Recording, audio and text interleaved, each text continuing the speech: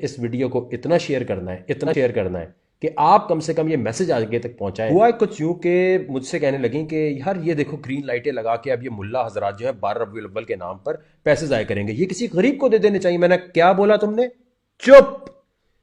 यहां पर सुबह शाम शैतानी काम प्रमोट हो रहे हैं, सोशल मीडिया पे शैतानी काम अपलोड हो रहे हैं, और जहां कहीं 12 रबीउल अव्वल के लिए कोई बात आ रही हो वहां पर इस किस्म की बात सोचना।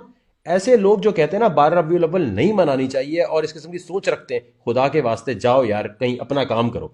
आप लोगों को ये बात याद रखनी चाहिए, इस्लाम में सेलिब्रेशन मना नहीं है।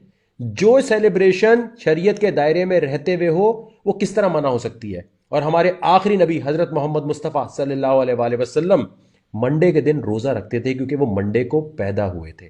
तो सेलिब्रेशन मना नहीं है, सेलिब्रेशन वो जो शरीयत के दायरे से बाहर ले जाए वो मना है। अब यहां पर कहते हैं जी कि बर्थडे मनाना जो है हराम है, ये तो शिर्क की तरफ लेके जाती है। ओ भाई ये शिर्क की जड़ें काटती है। बर्थडे का मतलब क्या होता है कि वो मखलूक जो पैदा हुई और इसका कोई खालिक है, तो शिर्क कैसे हुआ? फिर कहते हैं जी इसमें ये तो बिद्दत हो गई। बिद्दत का मतलब है इनोवेशन।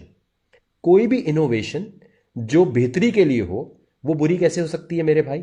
और सबसे बढ़ के आजकल के जमाने में जब हमारी यूथ हेलोइन नाइट मनाना, वैलेंटाइन मनाना और बाकी तमाम कामों में मसरूफ है, उनको कैसे याद दिलाएंगे ये सेलिब्रेशन करके ही ना? तो आपका लाइफस्टाइल कोई भी हो, याद रखें कुरान पाक में सूरह मरियम पारा नंबर 16 अल्लाह ताला का सलाम मौजूद है बर्थडे पे हजरत याह्या अलैहिस्सलाम, हजरत ईसा अलैहिस्सलाम, और इसी तरह आपको लाखों एग्जांपल्स मिल जाएंगी जहां पर सेलिब्रेशन मना नहीं है, सालगिरह मनाना मना नहीं है। और जो कोई कहता है सहाबा इकराम तो बिल्कुल ऐसा करते नहीं थे, तो आप लोग ऐसा क्यों करते हैं? क्या लाउड स्पीकर में अजान दी जाती थी सहाबा के जमाने में? क्या इस तरीके से जिस तरह आज हम हज करने जाते हैं, क्या इस तरीके के कोई भी एग्जाम्पल्स मौजूद हैं? क्यों यहूदियों की चीजें इस्तेमाल कर रहे हो? बात यह है कि लड़ने के लिए नहीं।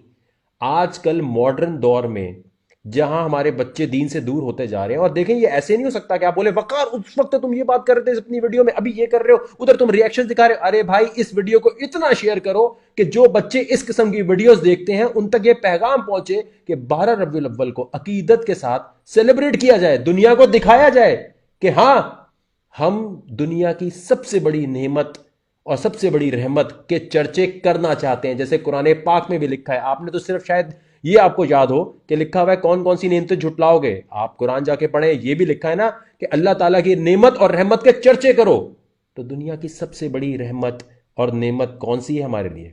हमारे आखिरी नबी हजरत मोहम्मद मुस्तफ़ा सल्लल्लाहु अलैहि वसल्लम। इस पॉइंट ऑफ व्यू से कि प्रेजेंटेशन हमें अपने बच्चों को दिखानी है कि देखो मीलाद करो, ये जो बाकी तुम सारी गैदरिंग्स कर रहे हो, इधर उधर जाके उल्टी हरकतें करने में मशगूल हो, एकदम ये लोग नहीं छोड़ सकते, एकदम इस्लाम की तरफ नहीं आ सकते। आहिस्ता आहिस्ता लाने के लिए मीलाद में भी इनको प्यार से बुलाओ, डांट डपट करके नहीं। मकसद ये है कि आजकल शैतान ने अपनी ताकतें मजबूत कर दी हैं। हमारे सामने इतनी सारी एग्जाम्पल्स आ गई हैं जहां बच्चे जाए जाएंगे, तो हमारा मकसद है कि शरीयत को मॉडर्न तरीके से सामने प्रेजेंट तो किया जाए ताकि मुकाबला तो कर सके शैतानी चीजों का। वरना ये रिएक्शन वीडियो जो है आप देखें, इस किस्म की चीज़ें चलती रहेंगी। दोस्तों मेरी आपसे रिक्वेस्ट है, इस वीडियो को इतना शेयर करना है, इतना शेयर करना है कि आप कम से कम ये मैसेज आगे तक पहुंचाएं कि सेलिब्रेट अकीदत के साथ और शरीयत के साथ हमें ये करना है।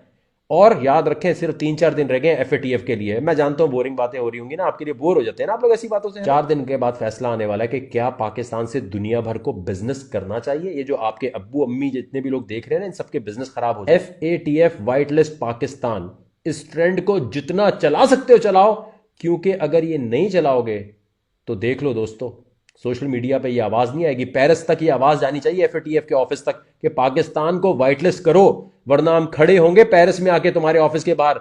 ये इंडिया की साजिश है कि पाकिस्तान को ईरान बना दिया जाए, पाकिस्तान को सारी दुनिया पाकिस्तान से बिजनेस ना करे। अगर ब्लैक लिस्ट हो गए ना तो हमेशा के लिए हमारी शक्लों से हंसियां गायब हो जाएंगी।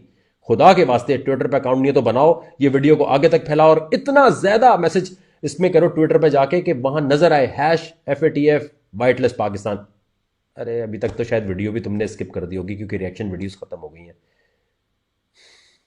कब हम लोग सीरियस होंगे अपनी लाइफ में? आपको पता है अब तक ये मैसेज पहुंचाने के लिए मुझे शुरू में इस किस्म की बात करनी पड़ती है, क्योंकि अगर डायरेक्टली ये बात करूंगा, मेरी क्या शायद मसूद बड़े बड़े लोगों की अब बात नहीं सुनते, शायद इस बहाने आप बात सुन लें और इस मैसेज को आगे तक पहुंचा दें।